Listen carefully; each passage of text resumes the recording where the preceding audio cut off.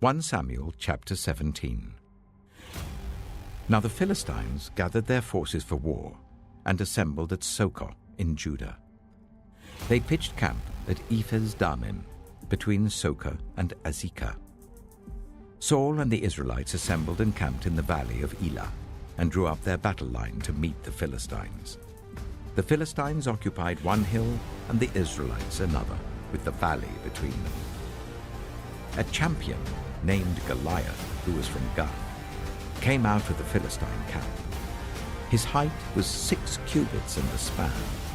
He had a bronze helmet on his head and wore a coat of scale armor of bronze weighing 5,000 shekels. On his legs he wore bronze greaves, and a bronze javelin was slung on his back. His spear shaft was like a weaver's rod, and its iron point weighed 600 shekels. His shield-bearer went ahead of him. Goliath stood and shouted to the ranks of Israel, "Why do you come out and line up for battle? Am I not a Philistine, and are you not the servants of Saul? Choose a man and let him come down to me. If he is able to fight and kill me, we will become your subjects. But if I overcome him and kill him, you will become our subjects and serve us." Then the Philistine said, "This day I defy the armies of Israel. Give me a man and let us fight each other." On hearing the Philistines' words, Saul and all the Israelites were dismayed and terrified. Now David was the son of an Ephrathite named Jesse, who was from Bethlehem in Judah. Jesse had 8 sons, and in Saul's time he was very old. Jesse's 3 eldest sons had followed Saul to the war. The firstborn was Eliab, the second Abinadab, and the third Shammah. David was the youngest. The 3 eldest followed Saul, but David went back and forth from Saul to tend his father's sheep at Bethlehem. For 40 days the Philistine came forward every morning and evening and took his stand. Now Jesse said to his son David, "Take this ephah of roasted grain and these 10 loaves of bread for your brothers and hurry to their camp. Take along these 10 cheeses to the commander of their unit. See how your brothers are and bring back some assurance from them. They are with Saul and all the men of Israel in the valley of Elah, fighting against the Philistines." Early in the morning, David left the flock in the care of a shepherd, loaded up and set out as Jesse had directed. He reached the camp as the army was going out to its battle positions, shouting the war cry. Israel and the Philistines were drawing up their lines facing each other. David left his things with the keeper of supplies, ran to the battle lines, and asked his brothers how they were. As he was talking with them, Goliath, the Philistine champion from Gath, stepped out from his lines and shouted his usual defiance, and David heard it. Whenever the Israelites saw the man, they all fled from him in great fear. Now the Israelites had been saying, "Do you see how this man keeps coming out? He comes out to defy Israel. The king will give great wealth to the man who kills him. He will also give him his daughter in marriage, and will exempt his family from taxes in Israel." David asked the men standing near him, "What will be done for the man who kills this Philistine and removes this disgrace from Israel? Who is this uncircumcised Philistine that he should defy the armies of the living God?" They repeated to him what they had been saying, and told him, "This is what will be done for the man who kills him." When Eliab, David's eldest brother, heard him speaking with the men, he burned with anger at him and asked, "Why have you come down here? And with whom did you leave those few sheep in the wilderness? I know how conceited you are and how wicked your heart is.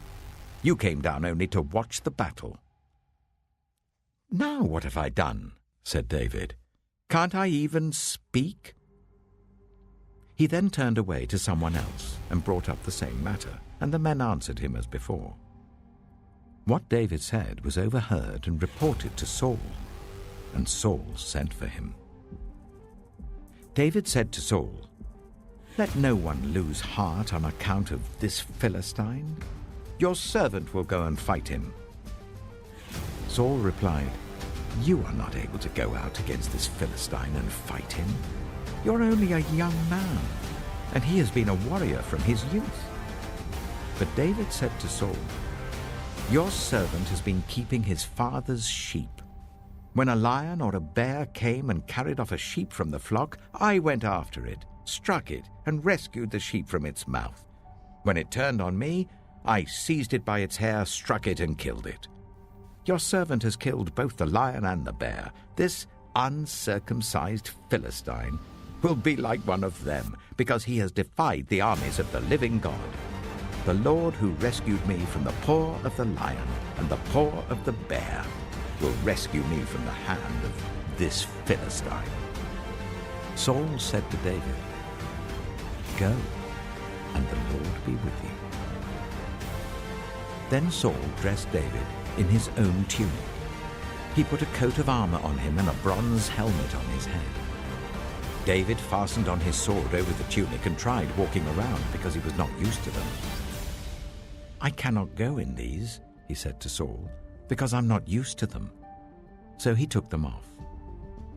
Then he took his staff in his hand, chose 5 smooth stones from the stream, put them in the pouch of his shepherd's bag, and with his sling in his hand, approached the Philistine. Meanwhile, the Philistine, with his shield-bearer in front of him, kept coming closer to David. He looked David over and saw that he was little more than a boy, glowing with health and handsome, and he despised him. He said to David, "Am I a dog that you come at me with sticks?" And the Philistine cursed David by his gods. "Come here," he said, "and I'll give your flesh to the birds and the wild animals." David said to the Philistine, "You come against me with sword and spear and javelin, but I come against you in the name of the Lord Almighty, the God of the armies of Israel, whom you have defied. This day the Lord will deliver you into my hands, and I'll strike you down and cut off your head. This very day I will give the carcasses of the Philistine army to the birds and the wild animals, and the whole world will know that there is a God in Israel. All those gathered here will know that it is not by sword or spear that the Lord saves, for the battle is the Lord's, and he will give all of you into our hands."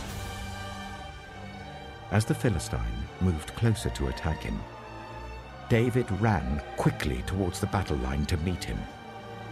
Reaching into his bag and taking out a stone, he slung it and struck the Philistine on the forehead. The stone sank into his forehead, and he fell face down on the ground.